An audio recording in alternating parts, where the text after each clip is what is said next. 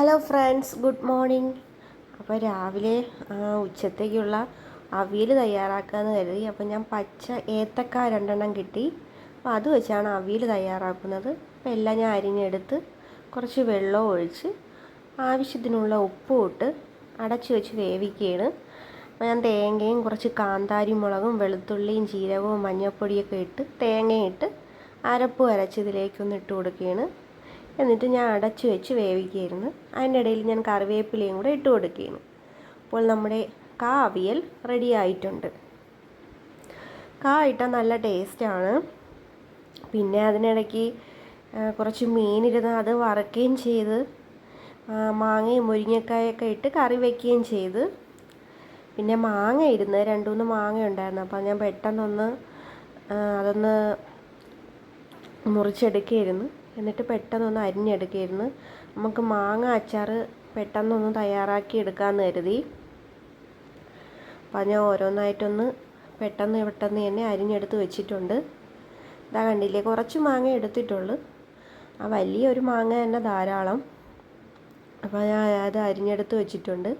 Pan ഒന്ന് ചൂടായി വന്നപ്പോൾ നമ്മുടെ വെളിച്ചെണ്ണ ഒഴിച്ചു കൊടുത്തിട്ടുണ്ട്. ഞാൻ വെളിച്ചെണ്ണയിലാണ് തയ്യാറാക്കുന്നത്.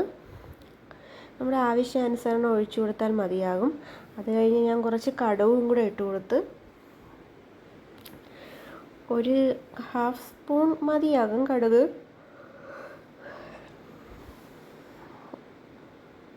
അതൊന്ന് പൊട്ടി വന്നപ്പോൾ ഞാൻ അരിഞ്ഞു വച്ചിരിക്കുന്ന മാങ്ങ ഇതിലേക്കൊന്ന് ഇട്ട് കൊടുക്കുകയാണ്.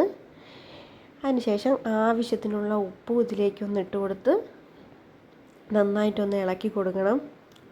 ഉപ്പ് ഇതിലേക്ക് പിടിച്ച് വരണം.